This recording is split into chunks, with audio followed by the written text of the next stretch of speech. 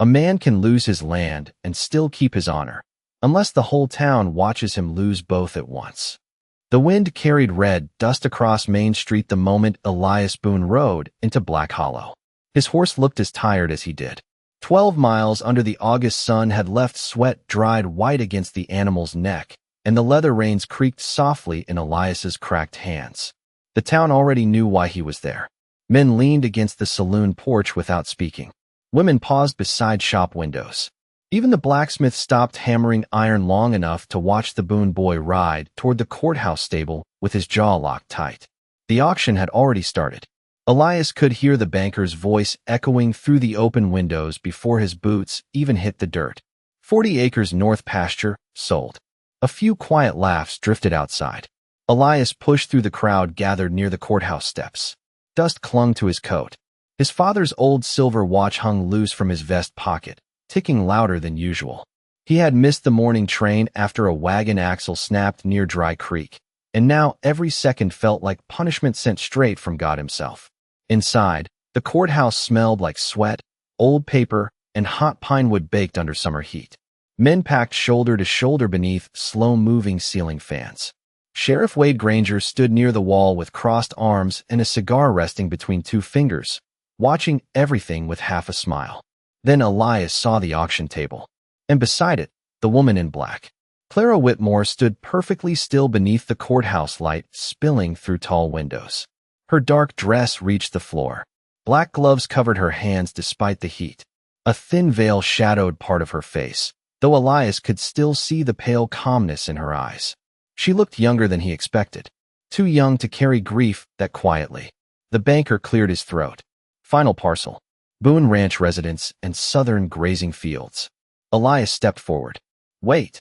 Every head turned. The room fell silent except for the squeak of the ceiling fan overhead. The banker frowned. Mr. Boone, you're late. I got the money. Elias reached into his saddlebag and dropped a worn leather pouch onto the table. Coins clinked heavily inside. That ranch belongs to my family. The banker barely glanced at the pouch before sliding it back toward him. Auction closed 5 minutes ago. Elias stared at him. Who bought it? Nobody answered at first. Then Sheriff Granger nodded slightly toward the woman in black. Clara Whitmore lifted her eyes slowly. I did. The words hit harder than Elias expected. For a moment he simply stood there, hearing nothing except the distant sound of horses outside and the blood rushing inside his ears. His father had died 3 weeks ago in that ranch house. 3 weeks. And now a stranger owned the land where 4 generations of Boones were buried beneath crooked wooden crosses facing west. Elias stepped closer. You bought a dead man's home? Clara didn't move. I bought land that was going to disappear. That land had a name. His voice turned rough now. My father built every inch of it with his own hands. A few men in the crowd lowered their eyes. Others watched carefully, waiting for trouble that never came. Clara's face remained calm, though her fingers tightened slightly around a folded paper in her hand. Your father knew my name, she said softly. Elias blinked once. What? He knew exactly who I was. Sheriff Granger gave a dry chuckle from the wall. Looks like old Samuel Boone had secrets after all. Quiet laughter moved through the courthouse. Elias felt heat crawl into his chest. Shame, anger, confusion, all mixed together beneath the smell of dust and tobacco smoke. He looked back at Clara. I never saw you before in my life. Her eyes stayed fixed on him for another long second. Sad eyes, tired eyes, like someone carrying a promise too heavy to put down. Then she lowered her gaze and whispered, That doesn't mean your father didn't. The courthouse stayed quiet long after Clara Whitmore walked out the front doors. Nobody followed her. Nobody even spoke. Only the slow groan of the ceiling fan and the scrape of boots against old wood filled the room after she disappeared into the sunlight. Elias Boone stood frozen beside the auction table, staring at the empty doorway like he expected answers to come walking back through it. But answers did not work that way out west. Sometimes they sat in silence for years before a man found them buried beneath dust. Sheriff Wade Granger flicked ash from his cigar and smirked. Looks like your old man lived a more interesting life than folks thought. A few men chuckled under their breath. Elias grabbed the leather pouch of coins from the table so hard the drawstring snapped loose. Silver dollars spilled across the wood floor, rolling between boots. Nobody bent down to help him. The banker adjusted his collar. You can collect whatever belongings remain at the property before sundown tomorrow. Elias looked at him slowly. Belongings? His voice came low now, dangerous in a quiet kind of way. You mean my father's life? The banker avoided his eyes after that. Outside, heat waves rolled over Main Street. Horses stamped against the hitching rails while flies buzzed around wagon wheels baking under the afternoon sun. Elias stepped into the light, feeling every stare in town following him. Some pitied him. Most did not. Black Hollow respected strength. Losing land meant losing standing. And a man without land became something folks stopped noticing after a while. Elias untied his horse without speaking. Across the street, he caught sight of Clara Whitmore climbing into a small gray carriage beside the general store. She moved carefully, almost like someone carrying exhaustion instead of groceries. An older woman standing nearby muttered loud enough for others to hear. Pretty dresses bought with dead men's property. Clara paused for half a second, but never answered. She climbed into the carriage and drove away toward the north road without once looking back. Elias watched the wheels disappear into the dust. Then he rode the opposite direction. The Boone Ranch sat nearly 6 miles outside town, where the prairie opened wide beneath endless sky. His father used to say a man could breathe honest air out there. But when Elias reached the property near sunset, honesty felt harder to find. The front gate leaned sideways. Fence posts sagged crooked into dry earth. The barn roof had lost shingles during last spring's storms, and nobody had repaired them. Wind pushed through the tall grass with a lonely sound that made the whole ranch feel abandoned long before Samuel Boone ever died. Elias dismounted slowly. His boots crunched against gravel as he walked toward the porch. The old rocking chair still sat near the front door. His father's coffee cup rested beside it exactly where he left it 3 weeks earlier. Dust had settled inside the cup now. Elias stared at it for a long moment before finally stepping inside the house. The air smelled like cedar smoke and old leather. Shadows stretched across the walls as evening light slipped through the windows. Everything remained untouched. A Bible on the kitchen table. A coat hanging beside the door. His father's rifle mounted above the fireplace. Elias loosened his hat and ran a tired hand across his face. Then he heard it. A faint creak beneath the floorboards near the bedroom doorway. He frowned and stepped closer. Another creak. He knelt slowly, pressing his palm against the warped wood. One board shifted slightly beneath his weight. Elias grabbed a rusted nail from the nearby shelf and pried the board upward inch by inch until a narrow hiding space appeared underneath. Inside rested a small metal box covered in dust. His breathing slowed. Carefully, he lifted it out and opened the lid. There was only one thing inside. A folded letter stained dark brown along one corner. Elias recognized his father's handwriting immediately, and written across the front in faded ink were 4 words that made the room suddenly feel colder than winter. For Clara Whitmore alone. The letter felt heavier than it should have. Elias Boone stood alone in the dark bedroom holding the folded paper while the last light of evening faded through the window behind him. Outside, wind moved across the prairie grass with a dry whisper that sounded almost like distant voices. His father used to say the land remembered everything said on it. Tonight, the ranch felt full of things never spoken aloud. Elias stared at the handwriting again. For Clara Whitmore alone. His father's pen strokes looked weaker near the bottom of the page, shaky in places where sickness must have taken strength from his hands. Elias turned the envelope over once more before finally breaking the seal. The paper crackled softly in the silence. Inside was only one page. No long explanation. No grand confession. Just a few lines written carefully beneath faded drops of dried blood. If you are reading this, it means I did not make it through the winter. Clara must keep the land. Do not fight her on this. Trust her when the time comes. Elias frowned hard enough to ache behind the eyes. That was all. No reason. No signature beyond the rough initials SB at the bottom corner. He read it again. Then again slower. Clara must keep the land. The words made no sense. Samuel Boone had spent 30 years fighting drought, debt, and cattle thieves just to hold that ranch together. He buried his wife on the hill overlooking the south pasture because he said she deserved to rest where the sunset stayed honest. Every fence post on the property carried marks from his own hands. And now somehow that same man wanted a stranger to take it all. Elias folded the letter carefully and slid it into his coat pocket. Sleep was impossible after that. He spent the night walking through the house while oil lamps burned low against the darkness. The kitchen still carried the smell of coffee grounds his father used every morning before sunrise. The old clock beside the fireplace ticked slow and uneven. In the barn, two horses shifted softly inside their stalls as if they sensed something restless moving through the ranch. Elias stopped near the tack room, where his father once sharpened tools late at night. He remembered being 12 years old standing beside him, while Samuel Boone worked in silence beneath lantern light. Back then Elias thought strength meant speaking loudly. His father believed the opposite. The loudest men usually got the least to say, he used to tell him. Near dawn, Elias saddled his horse again. Cold morning air rolled across the prairie, carrying the smell of rain somewhere far west beyond the hills. He rode toward town with the letter tucked inside his coat the whole way. Black Hollow looked different in early light. Quiet. Empty sidewalks. Storekeepers sweeping dirt from wooden porches. A dog sleeping beneath the water tower near the train tracks. Elias stopped outside the general store where two older men sat drinking coffee beside the window. Both fell silent the second they saw him. One finally muttered, "Heard the widow stayed up at the Whitmore house all night again." The other nodded slowly. "Woman barely leaves that place except for church and the cemetery." Elias stepped closer. "What cemetery?" The men exchanged a glance. "North Hill," one answered. "She goes every Sunday after sunrise." Elias frowned. To visit her husband? Neither man spoke immediately. Finally, the older one looked down into his coffee cup. Not exactly. Before Elias could ask another question, the church bell rang once across town. He turned instinctively toward the sound. And there she was. Clara Whitmore walked slowly along the far side of Main Street, carrying fresh white flowers against her black coat.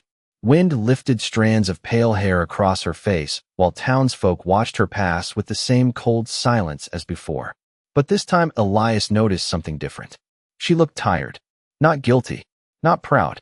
Just tired in a way that reached all the way into a person's bones. Clara stopped briefly beside the bakery window when she noticed him standing there. For one long second, neither of them moved. Then her eyes dropped toward the coat pocket where the edge of the letter showed beneath Elias's hand. She knew he had read it. The color drained slightly from her face. And before Elias could say a single word, Clara whispered something almost too soft to hear across the street. "Your father told me this day would come." Clara Whitmore did not wait for Elias to answer her. She tightened her grip on the white flowers and continued down Main Street, while the church bell echoed softly across Black Hollow. People stepped aside as she passed, though not out of kindness. More like caution, the kind reserved for storms rolling over open prairie. Elias stood there watching her disappear beyond the feed store, his father's letter heavy inside his coat pocket. "Your father told me this day would come." Those words stayed with him long after she vanished from sight. By noon the heat settled hard over town. Dust clung to everything. Wagon wheels. Window glass. Men sitting beneath porch awnings pretending not to gossip while doing exactly that. Elias stopped outside the barber shop where Sheriff Wade Granger leaned back in a chair with one boot resting against the railing. The sheriff tipped his hat slightly. "You look like a man chasing ghosts." Elias ignored the comment. What did my father have to do with Clara Whitmore? Wade studied him carefully before answering. "That woman arrived here about 6 years ago with her husband. Quiet people. Kept to themselves. And 3 winters later her husband caught fever and died." The sheriff shrugged slowly. "After that, folks started talking." Elias narrowed his eyes. "Talking about what?" Wade smirked faintly. "About why Samuel Boone kept riding north every month after dark." Elias felt his jaw tighten. "Watch your mouth. Easy now." Wade lifted both hands casually. "I'm just telling you what the town saw." Elias stared at him for another second before walking away. But the sheriff's words followed him through every street in Black Hollow. Samuel Boone riding north after dark. Elias remembered those rides now. His father leaving after supper without explanation. Returning near dawn smelling like smoke and cold air. Back then Elias assumed it had something to do with cattle business. Now he was no longer sure of anything. The north road stretched quiet beneath pale afternoon sun as Elias rode beyond town limits. Dry grass rolled across the hills in waves, while fence lines cut through the prairie for miles. Nearly 40 minutes later, he finally spotted the Whitmore house sitting alone near a grove of cottonwood trees beside a narrow creek. It was smaller than he expected. Old, weathered by hard seasons. One shutter hung crooked near the upstairs window, and part of the porch roof sagged slightly on one side. This was not the home of someone who stole land to become rich. Elias slowed his horse near the gate. Before he could dismount, he heard coughing from inside the house. Weak, repeated, a child's cough. The front door opened before he reached it. Clara stood there holding a metal wash basin against her hip. Her sleeves were rolled slightly above her wrists, and loose strands of blonde hair framed a tired face untouched by makeup or vanity. She looked surprised to see him, maybe even worried. "You should not be here," she said quietly. Elias glanced past her toward the dim hallway inside. "Who is coughing?" Clara hesitated. Then she stepped aside without another word. The house smelled like boiled herbs and would smoke. A small boy no older than 8 lay asleep beneath quilts near the fireplace, his cheeks flushed with fever. A damp cloth rested across his forehead. Elias looked around slowly. The furniture was old but clean. Shelves held medicine bottles, folded blankets, and stacks of books worn soft at the corners. Nothing expensive, nothing stolen. Clara set the basin down gently. His parents died during the spring fever outbreak near Wichita. She adjusted the cloth on the boy's forehead with careful hands. Nobody else would take him. Elias stayed silent. Clara finally looked at him again. "You came because of the letter." He reached into his coat and placed the folded paper on the kitchen table between them. "My father told me to trust you." Clara stared at the letter but did not touch it. Her expression changed slowly then. Not relief. Something sadder than that. Like hearing the voice of someone already buried. Outside, thunder rumbled somewhere far west beyond the hills. Elias watched her carefully. "Tell me why." Clara lowered her eyes toward the letter. Then almost in a whisper, she answered, "Because your father knew what was coming long before anyone else did." Rain arrived just after sunset. Not the hard kind that flooded roads and tore shingles loose from rooftops. This rain came soft and steady, tapping against the Whitmore house windows while thunder rolled low beyond the prairie hills. Elias Boone stood near the kitchen table, staring at Clara as the oil lamp between them flickered gold across the room.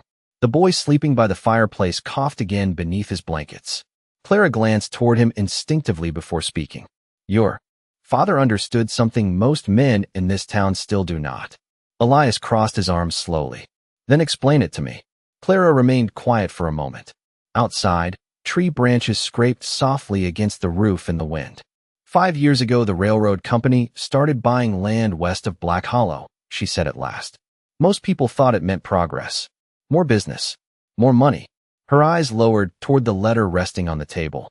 "Your father did not." Elias frowned. Samuel Boone hated railroads, but he always assumed it was because trains scared cattle near the grazing fields. Clara shook her head slightly, as if she could hear his thoughts. The railroad men promised jobs. Then they started forcing families off their land after prices changed. She folded her hands carefully together. Some sold because they were desperate. Others disappeared after refusing. The room felt colder suddenly despite the fire. Elias leaned against the wall near the window. "And my father knew this?" Clara gave a small nod. He saw what happened 2 counties south. Entire farms gone within one winter. Elias looked down at the floorboards. His father had traveled south several times during those years. He never talked much afterward. Clara stepped toward the stove and poured hot water into 2 worn tin cups. Steam rose slowly between them, carrying the smell of mint leaves. Samuel Boone believed Black Hollow would be next.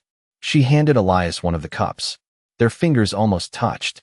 "That is why he made me promise to hold the ranch if anything happened to him." Elias stared at her over the steam.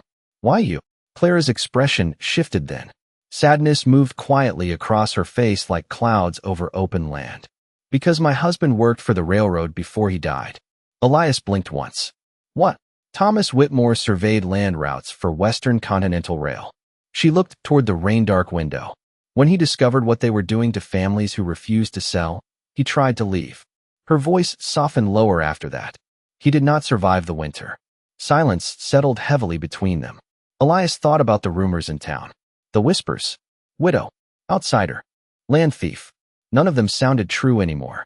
Clara walked toward a wooden shelf near the fireplace and removed a folded county map tied with faded string. She spread it carefully across the kitchen table. Elias stepped closer. Pencil marks crossed several properties around Black Hollow, including the Boone Ranch. Red lines cut directly through grazing land toward the river valley. "This is the new rail route," Clara whispered. "Your father kept this hidden for years." Elias studied the map in disbelief. If the railroad came through there, dozens of ranches would disappear beneath tracks and freight depots. Clara pointed toward the Boone property near the center. "That land sits directly between the railroad and the river crossing." Elias finally understood. The ranch had never just been land. It was the barrier stopping everything behind it from being swallowed whole. Thunder rolled again outside. The little boy near the fireplace stirred weakly in his sleep. Clara immediately covered him with another blanket before returning to the table. Elias watched her carefully now, not like an enemy, more like someone carrying a burden too heavy for one person alone. "Why did my father never tell me any of this?" he asked quietly. Clara's eyes met his across the lamplight. "Because he hoped you would never have to choose between your anger and your conscience." Elias looked away after that. Rainwater slid slowly down the window beside him, while somewhere outside a horse whinnied in the darkness. Then Clara spoke again, softer this time. "Sheriff Granger already knows about the railroad." Elias turned sharply. "How?" "Because he has been helping them." The words settled into the room like smoke. Elias felt something hard tighten deep inside his chest. Suddenly the auction, the pressure from the bank, the rumors spreading through town. It all began fitting together piece by piece. Clara folded the map again with careful hands. "Your father trusted very few people near the end." Her voice almost broke then, though she kept it steady. "And now, whether you want it or not, he trusted you too." The storm passed sometime before dawn, leaving the prairie soaked beneath silver. Morning light. Water dripped slowly from the Whitmore porch roof while low clouds drifted across the western hills. Elias Boone had not slept. He sat alone outside the house with his hat pulled low, staring toward the muddy road leading back to Black Hollow. Every word Clara spoke the night before kept circling through his mind like wind around a fence post. "Sheriff Granger already knows about the railroad." A horse snorted softly nearby. Elias rubbed tired hands across his face and looked toward the barn where Clara was already awake feeding the animals before sunrise. She moved quietly through the wet grass, carrying a bucket against her hip, her dark dress brushing drops of rain from the weeds. No complaints, no wasted movement, just work. The kind of work people stopped noticing when a woman did it alone long enough. Elias watched her for a moment before standing. "You should have told the town." Clara kept pouring feed into a trough without looking up. "And say what exactly?" "The truth." A faint sad smile crossed her face then. "Truth does not travel very far in places where fear arrives first." Elias had no answer to that. Somewhere beyond the trees, the little boy inside the house began coughing again. Clara immediately set the bucket down and headed back toward the porch. Elias noticed how fast she moved at the sound. Not because she had to, because she cared. That stayed with him longer than expected. By late morning, he rode back toward town. The closer he got to Black Hollow, the heavier the air felt. Men gathered outside the saloons speaking in low voices. Wagons lined the street near the bank. Something was happening. Elias tied his horse outside the feed store and stepped onto the boardwalk, just as Sheriff Wade Granger emerged from the courthouse carrying a folded paper stamped with an official seal. The sheriff spotted him immediately. "Well now," Wade called out loudly enough for half the street to hear. "Looks like the Boone Ranch still has a rider after all." A few men laughed under their breath. Elias ignored them.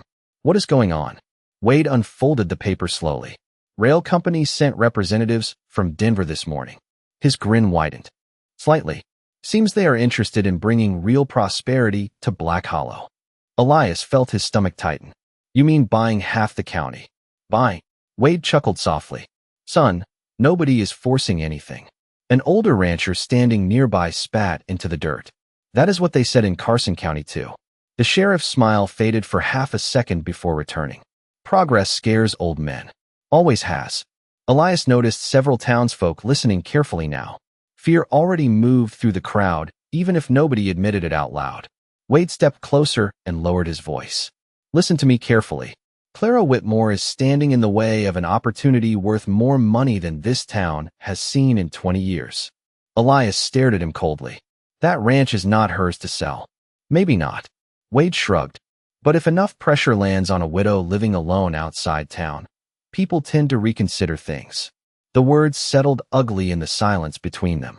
Elias looked across the street toward the bank windows reflecting pale afternoon sunlight. Suddenly he understood why his father hid the truth.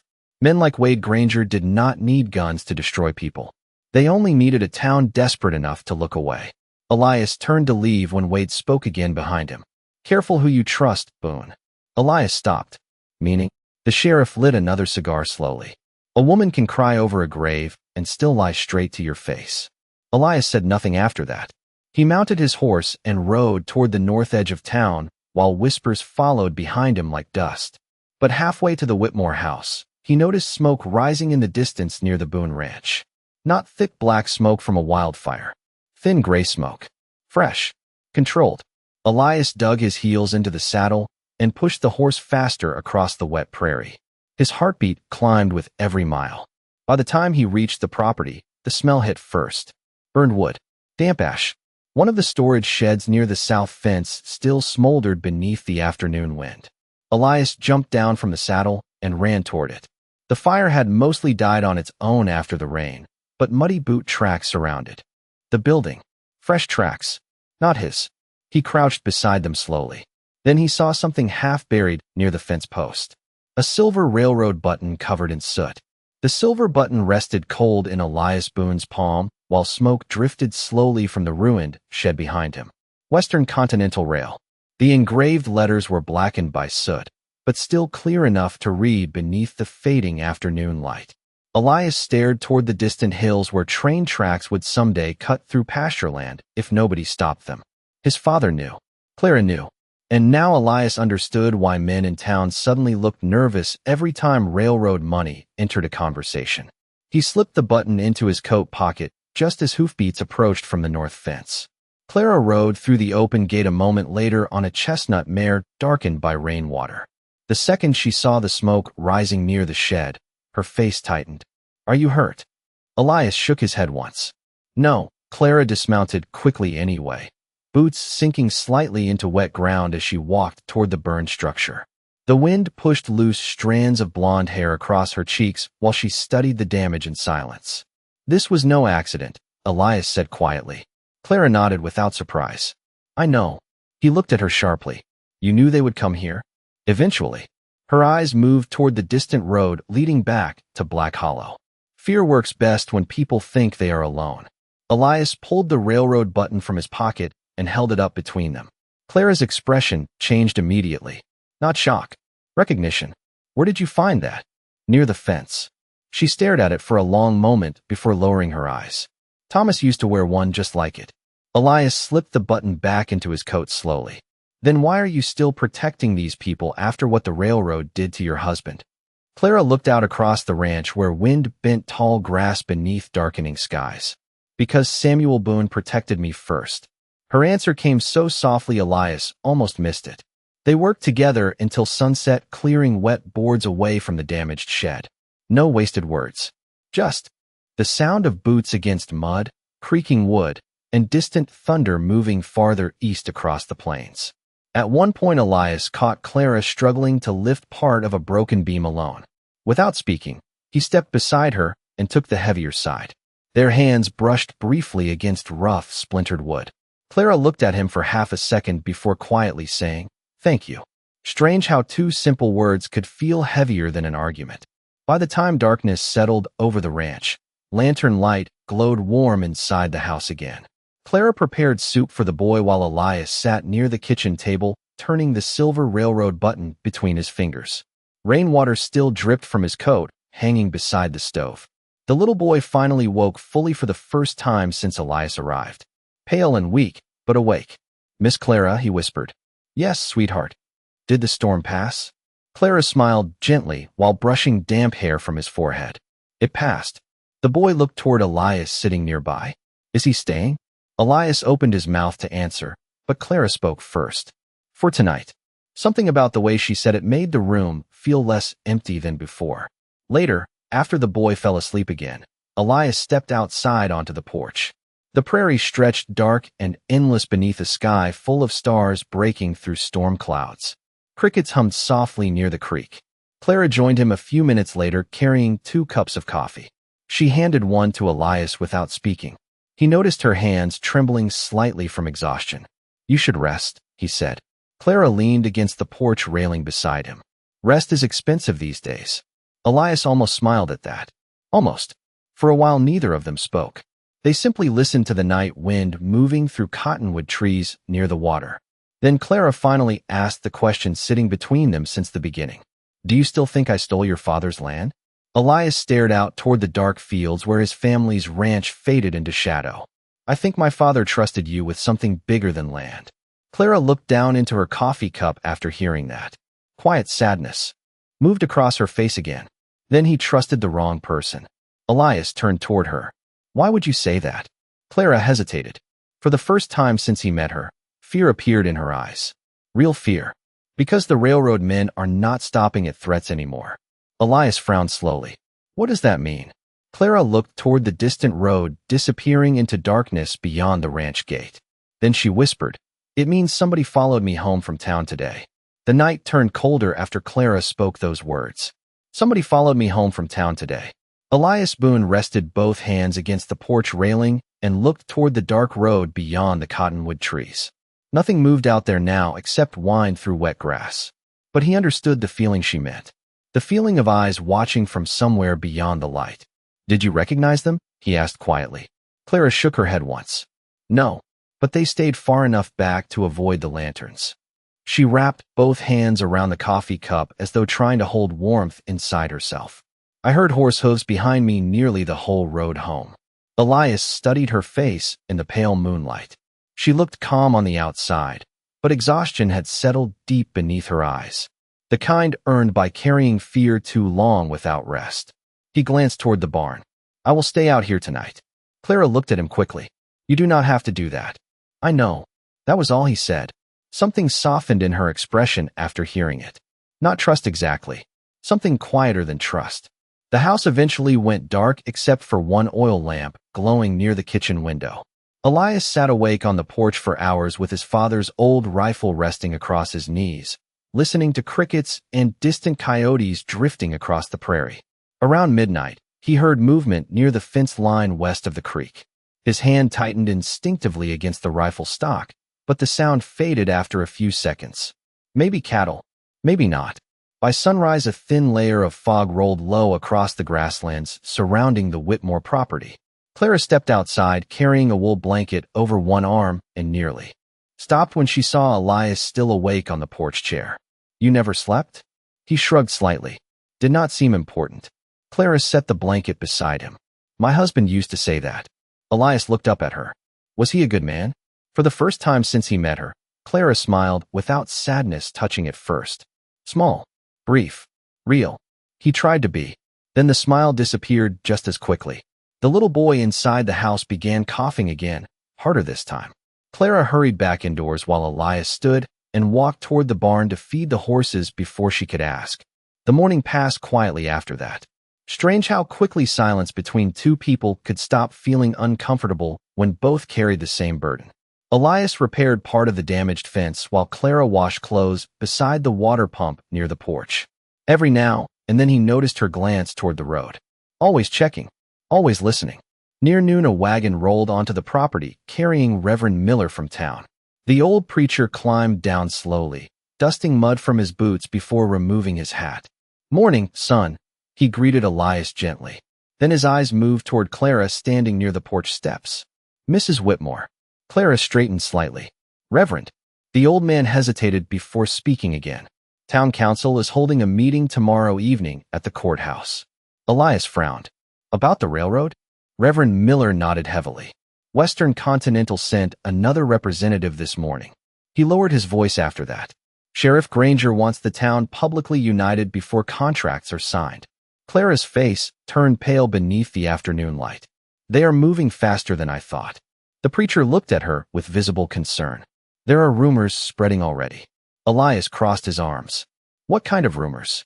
Reverend Miller sighed tiredly. "That Clara manipulated Samuel Boone before his death. That she plans to sell the ranch once prices rise." Silence settled hard after that. Clara looked down at her hands without defending herself. Elias noticed the way her shoulders tightened slightly, like someone already used to hearing cruel things. Said in polite voices. Reverend Miller finally removed a folded paper from his coat pocket and handed it toward Elias. Sheriff Granger asked for your signature supporting the railroad expansion. Elias unfolded the paper slowly. At the bottom sat empty lines waiting for local ranchers to sign approval. His father's name had already been crossed out in black ink. Elias stared at it for several long seconds. Then, without a word, he handed the paper back untouched. The Reverend looked relieved. Clara looked surprised.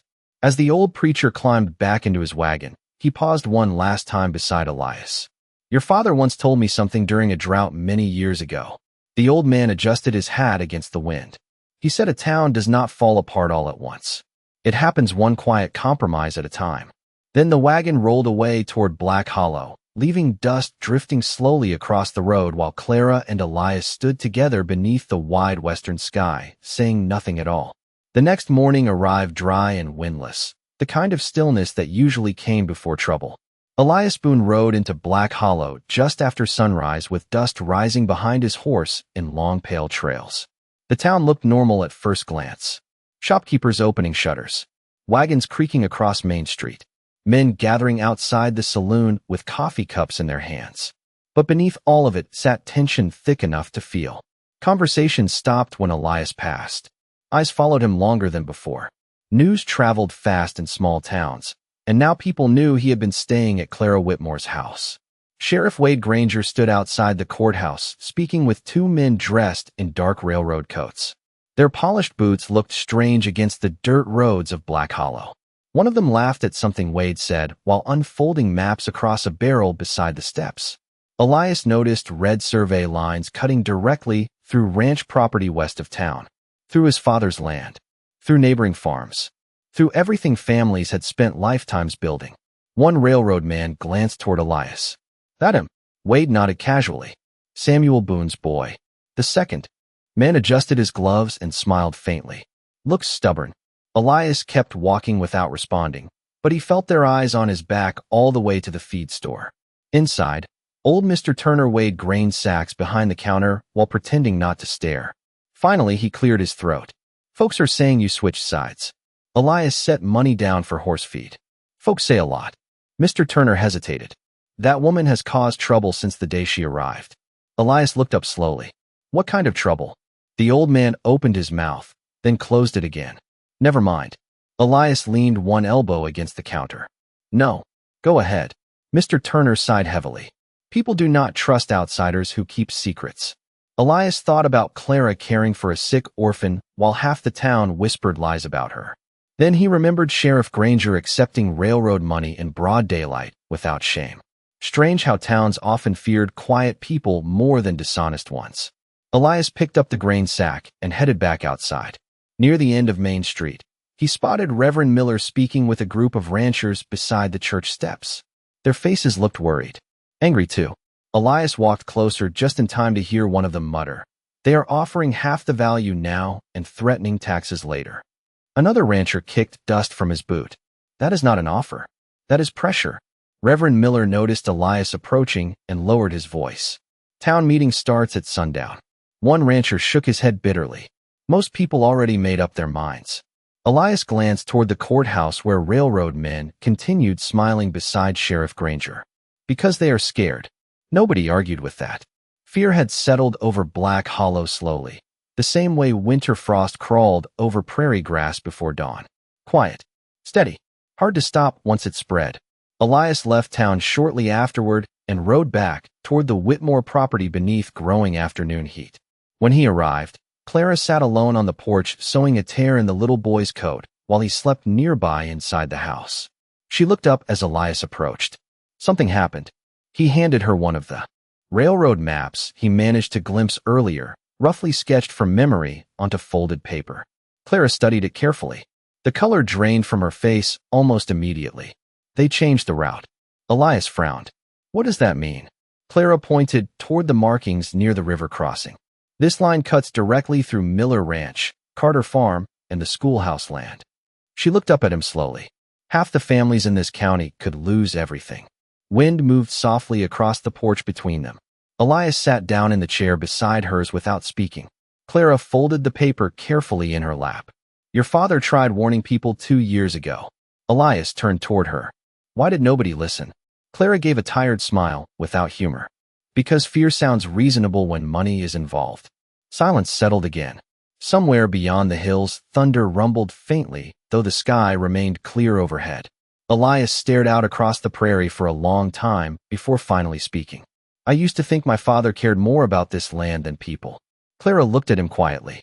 Now, Elias watched wind bend through tall grass near the creek. Now I think he was trying to protect both. Clara lowered her eyes after hearing that.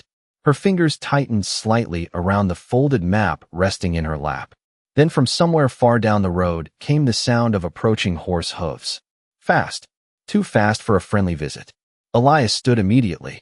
A rider appeared moments later through the dust, pulling hard against the reins near the porch steps. It was young Daniel Carter from the neighboring ranch. Pale, breathless, terrified. Mr. Boone, he gasped. You need to come quick. Elias stepped forward. What happened? Daniel swallowed hard before answering. Somebody nailed an eviction notice to Reverend Miller's church door. By the time Elias Boone and Clara reached Black Hollow, half the town had already gathered outside the church. Horses lined the muddy street beneath fading evening light, while whispers drifted through the crowd like dry leaves in the wind. Reverend Miller stood near the church steps holding the eviction notice in trembling hands. The paper flapped softly beneath the prairie breeze. Official county seal. 30 days to vacate the property due to railway development expansion. Elias dismounted slowly and pushed through the crowd. Who put this here? Nobody answered. Men avoided eye contact. Women pulled shawls tighter around their shoulders. Fear had finally stopped hiding. Clara remained near the edge of the crowd beside her horse, saying nothing while cold stares quietly settled on her black coat. Then Sheriff Wade Granger stepped out from the courthouse across the street, hands resting casually near his belt. Evening, folks. The railroad men followed behind him carrying ledgers and rolled maps beneath their arms. One of them smiled like a banker visiting a funeral. Reverend Miller lifted the eviction notice. This church has stood here 32 years. Wade shrugged lightly. Progress does not stop for old buildings. Murmurs moved through the crowd. Angry ones this time. Elias looked around at the ranchers gathered nearby. Men who baptized children inside that church, buried wives beside it, prayed through drought seasons and hard winters beneath its roof. And now none of them knew whether to speak or stay silent. The railroad representative stepped forward, polished boots shining beneath the lantern light. Western Continental Rail is offering fair compensation to every affected property owner. An older rancher spat into the dirt. Fair for who? The man ignored him. This town has a chance to grow into something prosperous. Clara finally spoke then, her voice calm but clear enough for everyone to hear. Prosperity that begins by removing families from their homes rarely ends well. The crowd shifted uneasily. Sheriff Granger smiled without warmth. Mrs. Whitmore always did enjoy dramatic speeches. Elias noticed the way several townsfolk immediately glanced toward Clara after that. Waiting, judging. The sheriff knew exactly what he was doing. Turning fear toward the easiest target. One railroad man unfolded another map against the church railing. The revised route will bring jobs, freight business, and economic expansion through Black Hollow. Elias stepped closer and looked down. At the survey lines crossing directly through homes, grazing fields, and the church cemetery itself. His stomach tightened. You are building tracks through graves? The railroad man adjusted his gloves calmly. Relocation arrangements can be made. Reverend Miller's face turned pale beneath the lantern glow. Silence settled hard after that. Then someone near the back muttered quietly, "This started when she came here." Another voice answered, "Samuel Boone never fought the railroad until that widow showed up." Clara lowered her eyes, but said nothing. Elias felt anger rise sharp inside his chest. Not because of the accusations, because she endured them without defending herself. Sheriff Granger took a slow step forward. Truth is, folks are tired of secrets. His eyes moved toward Clara. Maybe it is time certain people explained why Samuel Boone handed over his ranch before he died. The crowd immediately leaned closer, hungry for answers, hungry for blame. Clara stood perfectly still beside her horse while wind stirred dust around her boots. Elias looked at her, waiting, but she only tightened her grip on the reins. Then Wade turned toward Elias. "You still carrying your father's letter around?" Elias froze slightly.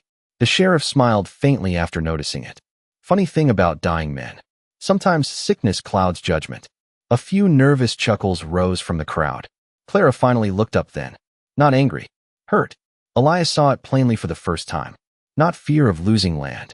Fear that Samuel Boone's memory was about to be twisted into something ugly. Reverend Miller stepped between them carefully. "This town does not need more division." Wade's expression hardened slightly. "No. What this town needs is people willing to move forward instead of clinging to dead promises."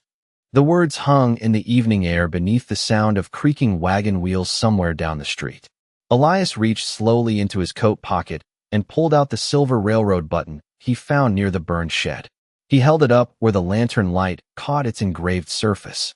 Western Continental Rail. The crowd fell silent immediately. Wade Granger's face changed for the first time all evening. Just slightly, but enough. Elias stared directly at him. "Funny thing about secrets," he said quietly. "Sometimes they leave footprints behind." The church bell rang once through the evening air after Elias Boone held up the silver railroad button. Nobody spoke for several long seconds. Wind moved dust across Main Street while lanterns flickered against wooden storefronts. Sheriff Wade Granger stared at the button in Elias's hand with a calm face that looked just a little too controlled now. The railroad men beside him exchanged quick, uneasy glances before one of them stepped forward. "That proves nothing." Elias turned the button slowly between his fingers beneath the lantern light. "Found it beside a burned shed on Boone property." Wade shrugged. "Could have come from anywhere." "Maybe." Elias slipped the button back into his coat pocket. "But funny how railroad property keeps showing up around damaged land." Murmurs rolled through the crowd again. This time different. Less fear. More suspicion. Clara Whitmore remained silent near the church steps, but Elias noticed the way she watched him now. Not with surprise anymore. With something closer to hope. Reverend Miller folded the eviction notice carefully and looked toward the gathered townsfolk. This meeting was supposed to unite the town. His tired voice carried softly through the stillness. "Instead, we are standing here accusing neighbors while outsiders decide our future for us." Nobody argued with him. Because deep down, everyone knew he was right. One railroad representative adjusted his coat stiffly. "Western Continental Rail is operating within the law." Elias looked directly at him. Law and decency are not always the same thing. A few ranchers nodded quietly after hearing that. Sheriff Granger noticed it too. His expression hardened almost invisibly. "Careful, Boone," he said. "You are letting emotion cloud your thinking." Elias met his gaze evenly. "No, I think I finally see clearly." Silence settled again beneath the glow of church lanterns. Then old Mr. Carter stepped out from the crowd slowly, hat in both hands. "My family buried 2 children behind this church during the winter fever years." His voice shook slightly. "You telling me railroad tracks matter more than that ground?" The railroad men avoided answering directly. And in that silence, something shifted across Black Hollow. Tiny, fragile, but real. People began looking at one another differently now. Like neighbors waking up from the same bad dream. Sheriff Granger saw it happening too. "Enough," he snapped suddenly. "This town needs progress, not ghost stories and sentimental speeches." Clara finally stepped forward then. Wind moved gently through her pale hair beneath the lantern glow, while every eye in town followed her. Progress should not require people to surrender their dignity first. Her voice remained calm. No anger. No performance. Just truth spoken plainly. Wade laughed once under his breath. Easy words from someone sitting on the most valuable property in the county. Clara looked directly at him. "I never wanted the land." That caught the crowd off guard immediately. Even Elias turned slightly toward her. Clara lowered her eyes for a brief moment before continuing. "Samuel Boone asked me to protect it because he believed this town deserved time to choose its own future." The sheriff scoffed. "And we are supposed to trust that?" Clara reached slowly into her coat pocket. Elias recognized the folded letter before she even unfolded it. Samuel Boone's handwriting. The original letter. She held it carefully in both hands like something sacred. "Your father wrote more than one letter," she said softly toward Elias. The entire street went quiet. Even the wind seemed to stop moving. Clara looked down at the page for strength before reading aloud. If Black Hollow ever stands where greed asks men to trade their neighbors for comfort, remind them what this land was built on. Not money, not fear, but people willing to stand beside each other when times turned hard. Elias felt something tighten painfully in his chest, hearing his father's voice inside those words. Around him, faces in the crowd slowly changed. Men looked ashamed. Women lowered their eyes.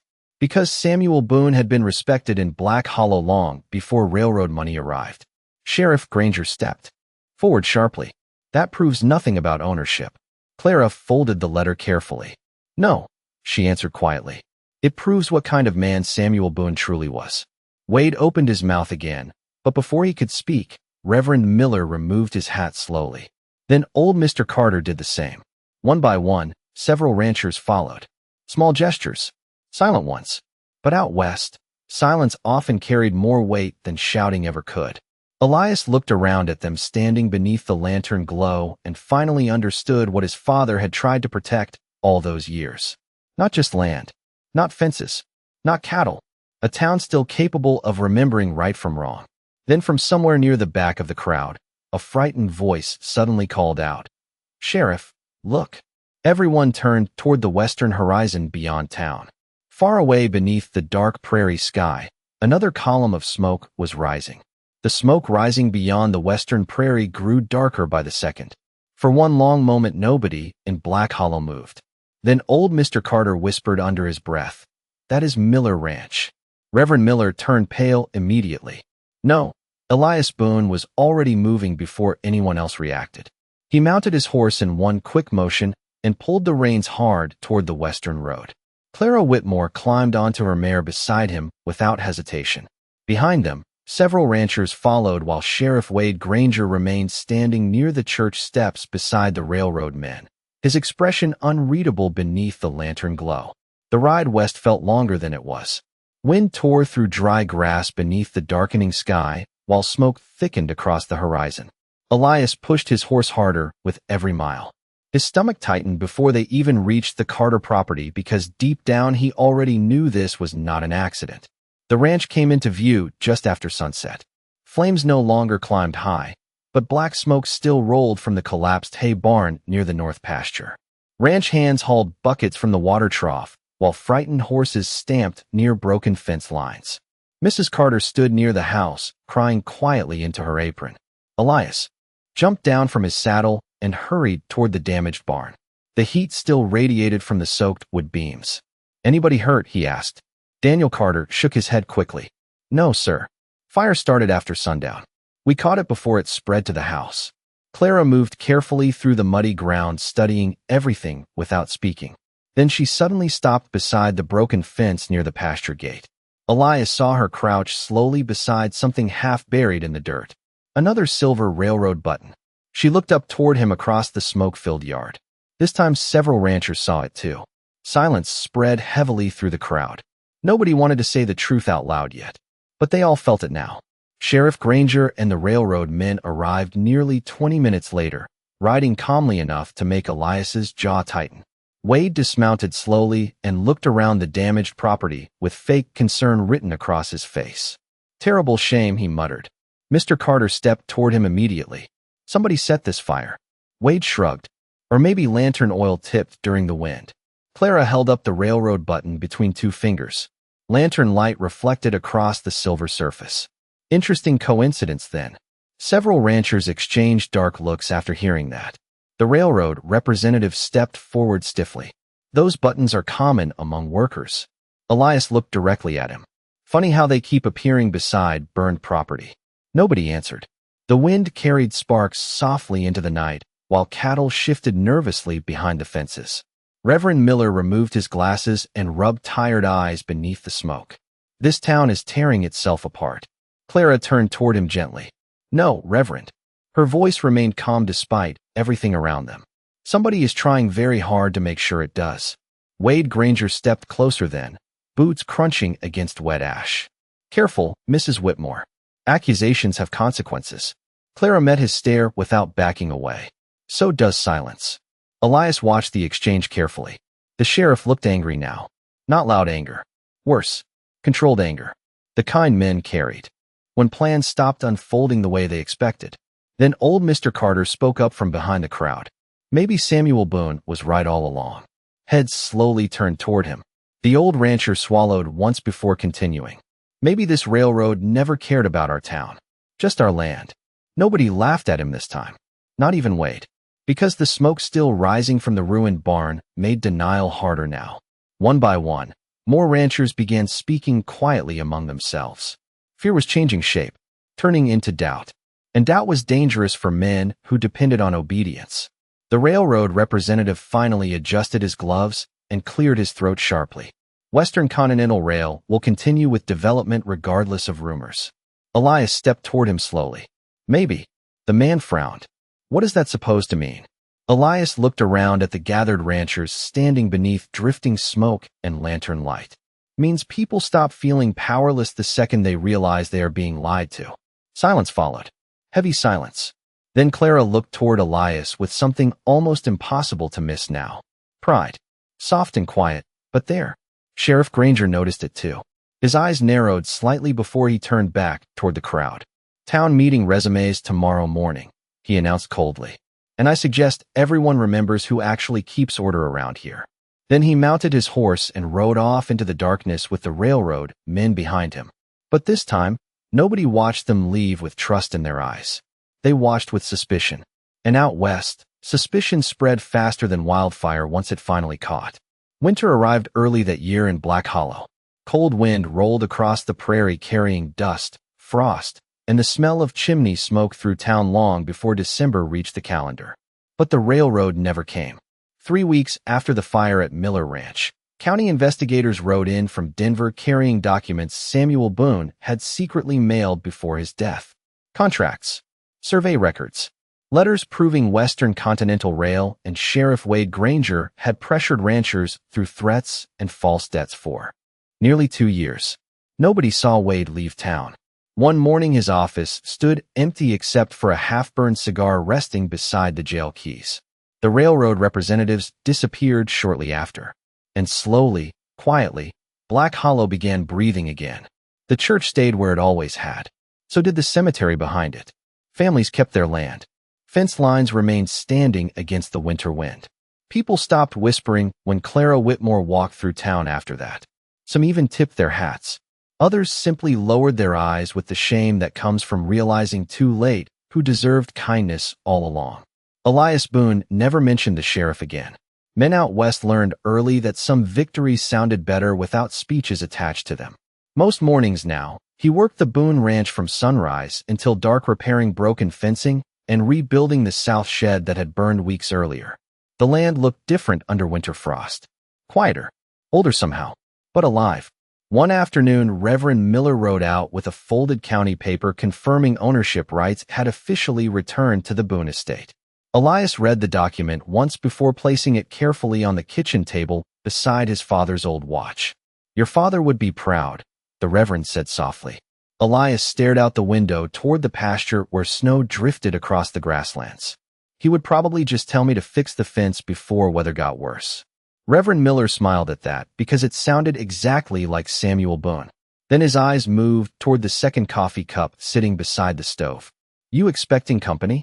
Elias looked at the cup for a second longer than necessary. Maybe. The old preacher nodded once, understanding more than he let on. By early spring the prairie turned green again. Wildflowers pushed through thawed earth near the creek behind the ranch house. Calves wandered the fields beneath warm afternoon sunlight, while birds nested along the cottonwood trees. The little orphan boy Clara had cared for regained his strength completely and spent most days running between the Whitmore house and the Boone Ranch carrying tools he was too small to lift properly. His laughter became part of the property now, the kind of sound Samuel Boone once feared the railroad would erase forever. One evening near sunset, Elias finished repairing the front porch railing while golden light stretched across the fields. His father's old rocking chair still sat beside the front door, facing west toward the prairie. Elias wiped dust from his hands slowly, then carried another chair from inside the house and placed it beside the first one. Same height, same wood, same view. He stood there for a moment staring at the two chairs side by side while wind moved softly through the grass. Hoofbeats approached a few minutes later. Elias did not turn immediately. He already knew who it was. Clara Whitmore stepped onto the porch wearing a simple blue dress touched gold by the setting sun. She looked healthier now, less haunted around the eyes. She noticed the second chair almost instantly. For a second, neither of them spoke. The silence between them no longer felt heavy anymore. It felt earned. Clara looked out across the ranch where evening light rolled over the land Samuel Boone fought so hard to protect. "It is beautiful out here," she whispered. Elias nodded once. He used to say sunsets looked honest on this property. Clara smiled softly after hearing that. Then she sat down in the second chair beside the first one. Elias lowered himself into his father's old rocker beside her while the prairie wind drifted across the porch carrying the smell of warm earth and distant rain. Somewhere out near the pasture, cattle moved slowly through tall grass beneath the fading sky. Nobody reached for words after that. None were needed. Because sometimes out west, the closest thing a man ever came to saying "I love you" was simply building a place where somebody could stay.